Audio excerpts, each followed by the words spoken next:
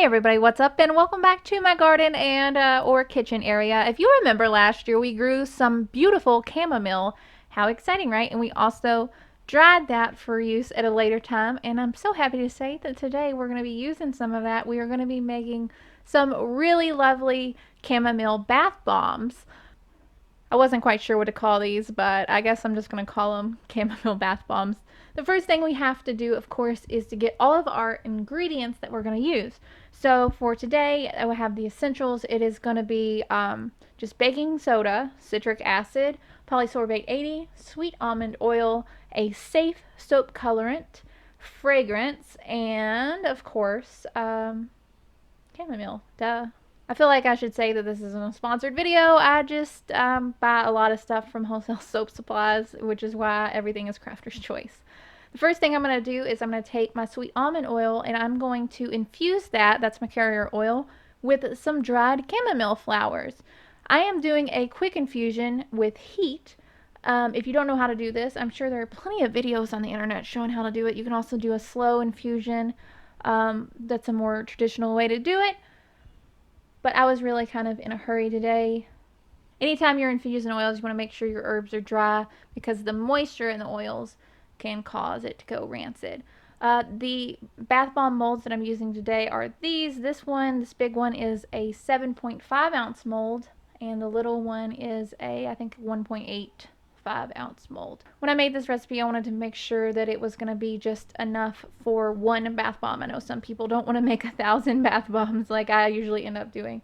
So the first thing I'm going to do is add my baking soda. A lot of people will put this through a sifter or whatever. I'm just putting it in there. I'm going to break up these clumps later, so it's not really a big deal right now. You can see I'm using my scale to measure out everything. After that, I am going to be adding my citric acid. The baking soda and the citric acid are what causes the bath bomb to fizz, so citric acid is a very important recipe in this ingredient, and you cannot omit it. I know some people are like, well, what if I don't have citric acid? Sorry. I'm also going to be adding some epsom salt. Of course, you could probably use any other kind of sea salt that you wanted in this also. I'm using a pretty generous portion of epsom salt in this. So this bath is definitely going to be nice and relaxing. So after I've added my Epsom salt, I'm just going to give everything a really good mix around with my hands and make sure that I work all of the clumps out of everything. This is why it might be good to sift the ingredients first. You won't have to worry about the clumps. After that, I am going to start thinking about my wet ingredients. In general, I like to use about a 6% wet ingredient ratio. It's not really ratio, it's a percentage. For recipes like this, so it's about 6% liquid and the rest is going to be my dry ingredients. So this is my infused oil. You can run this through a cheesecloth. Of course, I was lazy again, big surprise there, and I just kind of strained it with a spoon. Up next, I'm going to be adding some Polysorbate 80 to this oil. Polysorbate 80 is important because it helps the oil mix with our water, and it prevents us from having a really gross oil slick in our tub when we use this. So this bath bomb can be moisturizing and we won't have to worry about the tub getting slippery and having a coat of oil on your skin. It really just helps the recipe be so much better. Some people aren't comfortable about Polysorbate 80. That's important to take note. It's important that you do your own research in terms of whether or not you think it's safe to use, especially externally. Polysorbate 80 is in a lot of products and foods even, I believe. Don't quote me on that. And I know some people take efforts to avoid it in their diet. For me personally, I've read a lot and I feel okay with using it, but it's all up to you, so you have to do your own research to be safe. As you can see, I'm going to work with this until it is a consistency that I like. It should hold together when I squeeze it. If your mixture is not holding together when you squeeze it, it'll depend on your humidity and weather and all kinds of things. You can use a little bit of rubbing alcohol to help bind it together. Just lightly spritz it if it's not working out perfectly for you. This is the consistency that I really wanted. I'm going to take my smaller little bath bomb mold and I'm going to pack this as tight as I can with the mixture. The mixture that I just scooped up here, I'm going to put in a different container and I'm going to color it. Of course, before you do the scooping, don't forget to add your fragrance oil or your essential oil that you want. Make sure you're only using soap-safe fragrances and at a safe usage rate. I know, just like to be on the safe side. You don't want to irritate your skin or anything like that. I'm coloring this portion blue. Chamomile and the color blue seem to go together for some reason with me. Nice and calming. I'm going to pack this into the bath bomb mold. This is going to be my little inside insert. If I was making these in bulk, I would definitely just make one big batch of these blues and let them set before I start making bath bombs. Had to be a little bit careful with these because, you know, I wanted to make them all in one go while, you know, I was making the video, and then I'll come back later and make more when I don't have to record a video and record audio for it and edit it and all that stuff. So I just made a little blue insert just like that. I let it set up for a little bit and it popped out of the mold later just fine. You'll see. Next, I'm going to add a little bit of Epsom salt to a container. I didn't really measure it, just kind of eyeballed it, and I added some orange colorant because I thought it would be nice to give the bath bomb a nice orange hue. More than anything, this step is really just kind of a decorational purpose. As you can see, now I'm just going to add the orange salts into my white bath bomb mixture, and I'm going to add a generous helping of chamomile flowers that are going to be floating in our tub, which is exciting. I love flowers floating in the tub, even though they're kind of a pain to clean up afterwards with it. It's no fun.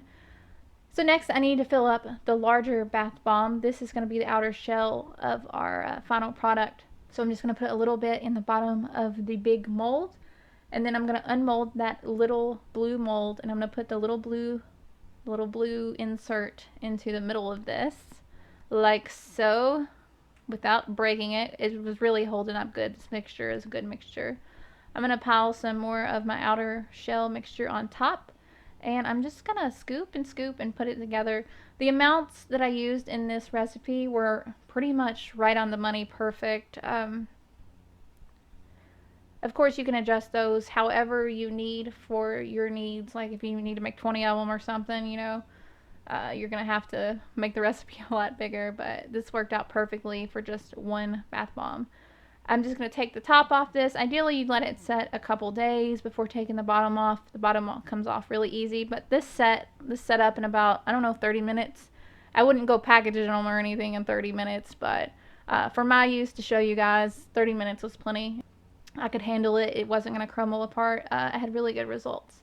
So I don't have access to an actual tub right now, so I took you guys outside with one of these nice buckets, and I just thought I'd show you how it goes. So I guess let's just drop this in and see how it goes. In this container, you can really see how the chamomile spreads out in the nice kind of orange hue of the salts. I was a little bit disappointed to see that this bath bomb sunk immediately. It was a heavy one and it sunk, and usually mine float. The only thing I've really changed is the fact that I used Epsom salts instead of Dead Sea salts. So I'm going to make the next bath bomb I make with Dead Sea salt, and I'm going to see whether or not that makes a difference in terms of it floating or not. You can see the blue core is exposed, and even though we couldn't see it in this bucket, I think it was just, you know, too shallow or too small an area. I think if it was in an actual tub, you'd be able to see the blue come out. The blue was in there and it was coloring the water. It was really lovely. In addition to the color, the oil made this just a really nice bath water, I think. You can see what I was talking about. You can see the oil on top of this water here. So if I'm going to make this recipe again, I need to either tweak the amount of oil I put, or I need to up the amount of Polysorbate 80. This right here, these beads of oil, is exactly what we do not want. For this recipe, I used 1% Polysorbate 80 for the oil, and I think I'm going to up that. So the next time I make one of these bath bombs, I'm going to see if I can get that sheen to go away, because we absolutely do not want that. So if you're going to try this recipe at home, that's something to keep in mind. You might want to omit the oil completely, or kind of tweak the ratio of Polysorbate 80 to your liking to make it work out for you. Yes, I realize that is a lot of information, and I wish I had done a better job of calculating it, but I'm sorry. Overall, I hope you guys liked this video, and I hope it was somehow helpful. I hope y'all are having a real great day, and I'll talk to y'all later. Bye, guys.